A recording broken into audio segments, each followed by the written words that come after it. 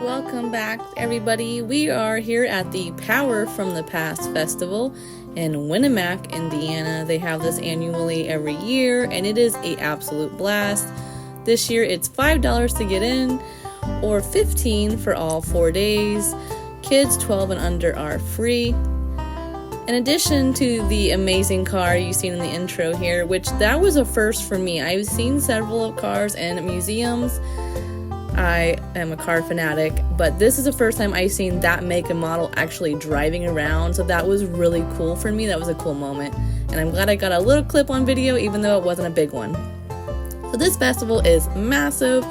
In addition to having indoor vendors, which I will show you later in the video, and then they also have a AC climate control room that I didn't get to show you. It was closed at the moment we were here. They had quilts and stuff. And inside that building, they will have handmade quilts or other sewing items for sale. And then outdoors, which is the area we're at here, is in a grassy area. They have vendors selling more rustic stuff.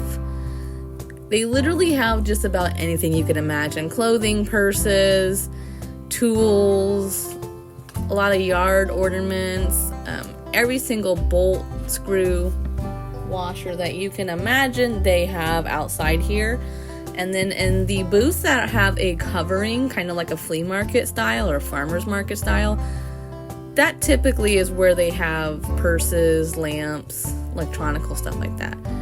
So we were checking out all these steam engines, which this is my absolutely favorite part.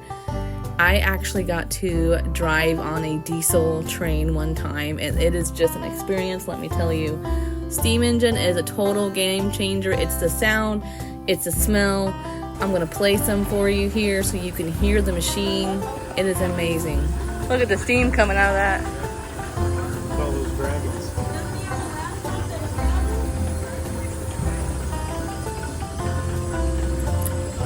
And then this steam engine down here they were currently working on, took them about 20 to 30 minutes to get that bad boy started. And then in a later clip, we will get a glimpse of it driving down the road. It was so cool, you guys. So they're down there working on it now.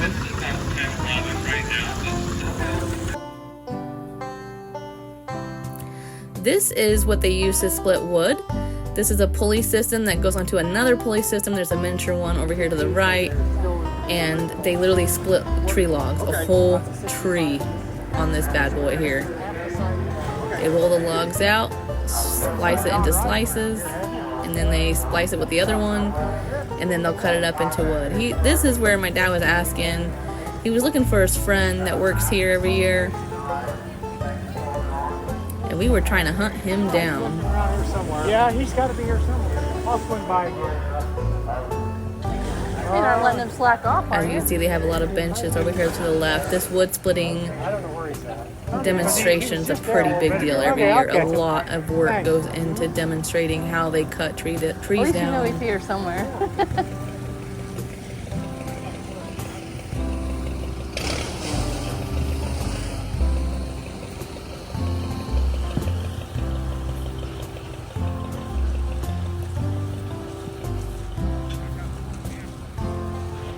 I found him.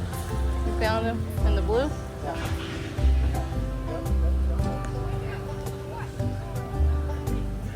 Barrel? Hey, man. How you been, all right? Pretty good. No? Oh, not bad for an old man. And my daughter, Megan. Hi, I'm Glad to meet Megan. you. He works for Grandpa. Oh, okay. Yes, I did. Been a couple days ago. Yeah, I'm 32 Just a years couple coming weeks. to- Well, I've been 32 years, but he was even one before that. Yeah? Yeah. How you been? Good. Family doing okay? Yep.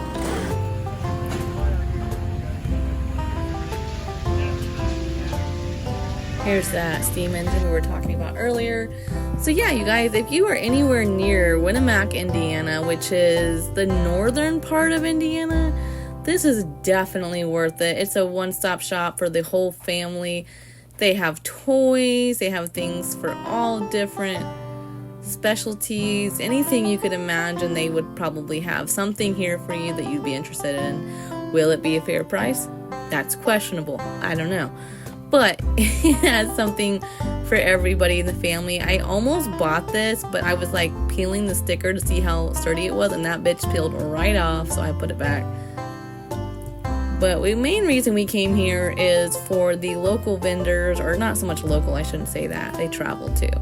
The craftsmen, as you may say. There's a guy here that puts handles on hatchets, axes, yard equipment, you name it.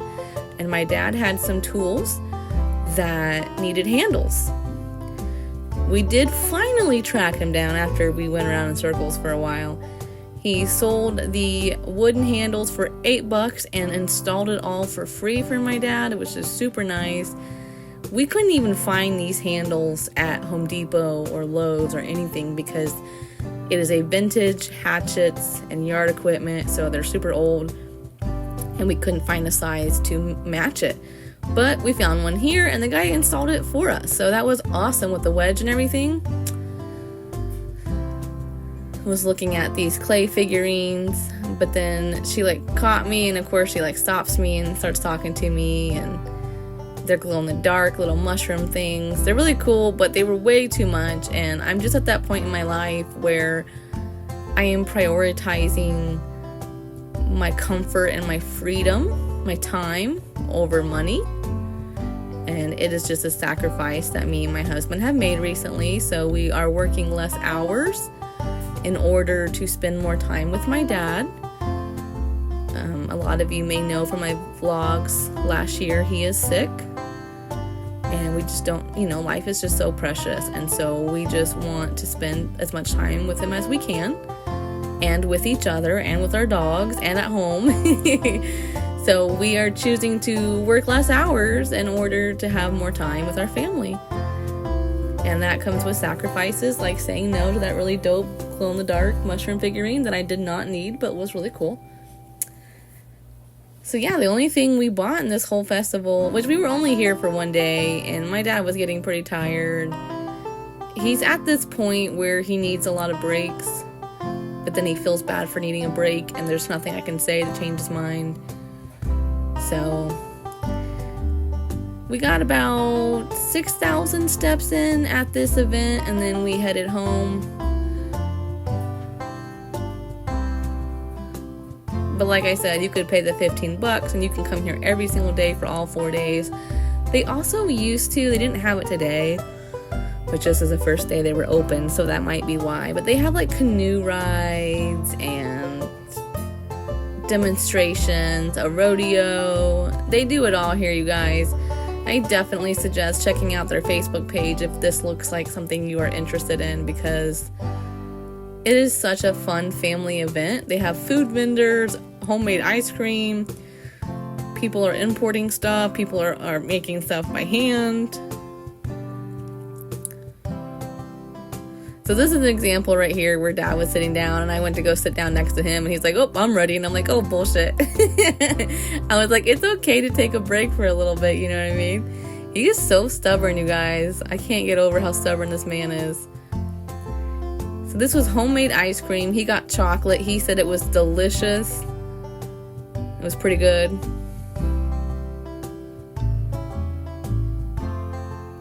You can see some of the food vendors in the background here. I'm sorry for my camera. It's now going to be a little bit more shaky than it was in the beginning because I am now carrying his stuff with me. The yard, I don't know what you call it, like the heads of an axe, and there was 4 of them, and they were quite heavy on my arm while trying to film. So the camera's a little wonky now. And I was fully aware when I was filming it, but it was like this or nothing. So I just tried my best to not let it sway too much because the weight of the items in the bag would also jerk the camera.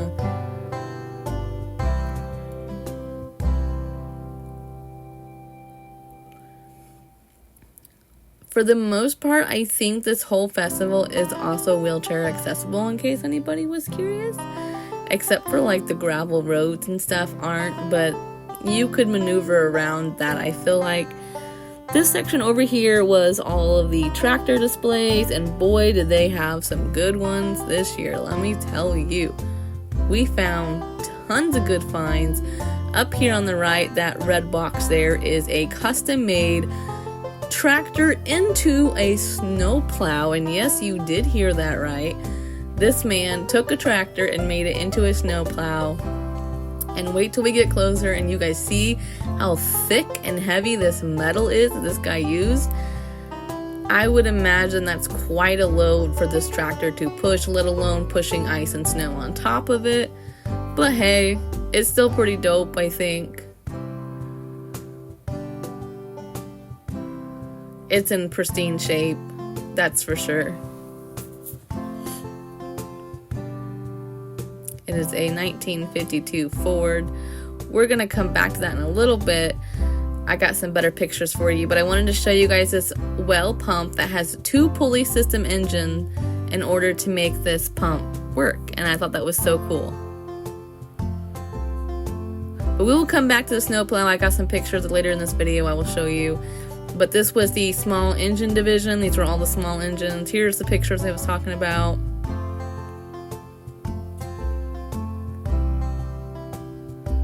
And then there's one from the front, which this thing is a beast, okay? This next one here, we believe, pushes aircraft around on the carrier boats. And then this one was another modified. They put a forklift on the back of a tractor and then changed the seat and the steering wheel around so that you would drive the tractor backwards. Back over to the small engines. We checked this out for a little bit, walked around, and then headed home because it was starting to get hot. I really appreciate you guys chilling with us, hanging with us, going on this adventure with us. If you like seeing these type of videos, I'm gonna pop in at the end of this video 2 suggestions for you of 2 other adventures we have went on, and I hope that you'll check them out. Like always, thanks for watching, and I'm gonna let you enjoy this last 2 clips here, and I will catch you next time. I hope you have a beautiful day. Get out, enjoy some good weather. It's gorgeous outside.